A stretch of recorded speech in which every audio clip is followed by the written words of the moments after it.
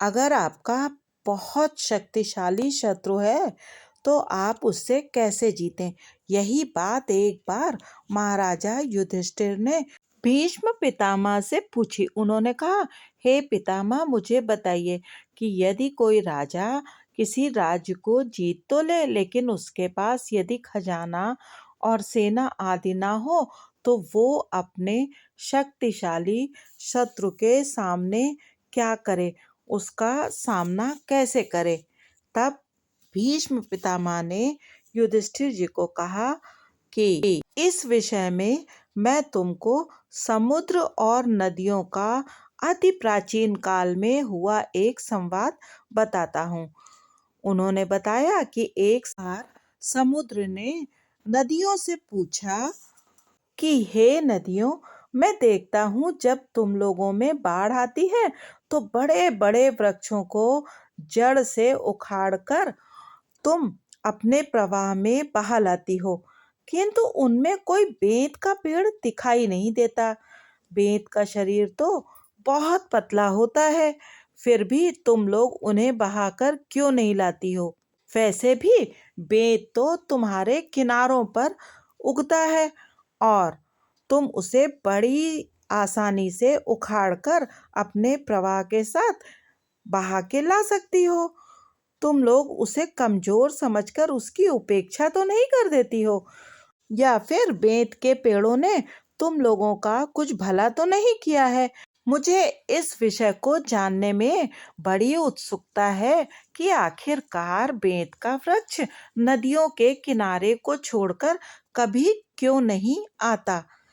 तब सभी नदियों में से गंगा जी ने बड़ी शालीनता और नम्रता से नदियों के स्वामी समुद्र से कहा, हे नाथ, वो बड़े बड़े विशालकाय वृक्ष जो हमारे प्रवाह में बहकर आ जाते हैं वो अपने स्थान पर अकड़कर खड़े रहते हैं और हमारे प्रबल प्रवाह के सामने सर नहीं झुकाते। इस अहंकारी बर्ताव के कारण ही उन्हें अपना स्थान छोड़ना पड़ता है, अर्थात हम उन्हें उखाड़कर अपने साथ बहाकर ले आते हैं। किंतु बेंत का वृक्ष ऐसा नहीं है। वो नदी के वेग को आते हुए देखकर झुक जाता है। वो समय के अनुसार बर्ताव करना जानता है, सदा हमारे अधीन रहता है, अकड़ कर खड़ा नहीं होता। अतः अपने अनुकूल आचरण के कारण ही उसको स्थान छोड़कर यहाँ आना नहीं पड़ता। अर्थात जब हमारा प्रवाह तेज होता है तो वो हमारे सामने झुक जाता है, इसलिए हम उसे उखाड़कर नहीं लाते। जो पौधे, वृक्ष या लता गुल्म आदि हवा और पानी के वेग से झुक जाते हैं तथा वेग शांत होने पर ही अपने सर को उठाते हैं, उनका कभी तिरस्कार नहीं होता। फिर भीष्म जी ने कहा, हे युधिष्ठिर, इसी प्रकार जो राजा बल में बढ़े चढ़े तथा विनाश करने में समर्थ शत्रु के पहले वेग को सिर झुकाकर नहीं सह लेता, वह शीघ्र ही नष्ट हो जाता है।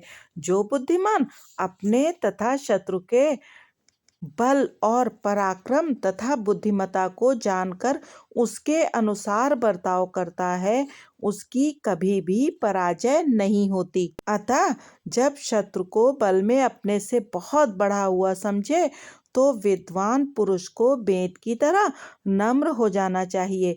यही बुद्धिमानों का लक्षण है।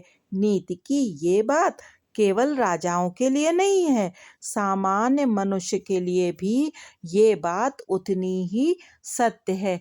यदि आप नम्र रहेंगे तो आपको सदा ही सम्मान मिलेगा। कहा भी गया है, बातें ही हाथी पाइए, बातें ही हाथी पाँव।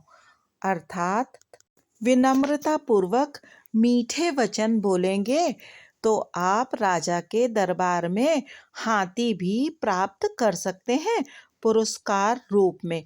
लेकिन अगर आप अहंकार से भरकर के वचन बोलेंगे तो आपको हाथी के पैर के नीचे कुचलवा भी दिया जा सकता है। अर्थात यदि आप किसी को गुड़ ना दे सकें तो गुड़ जैसी बात अवश्य ही करिए।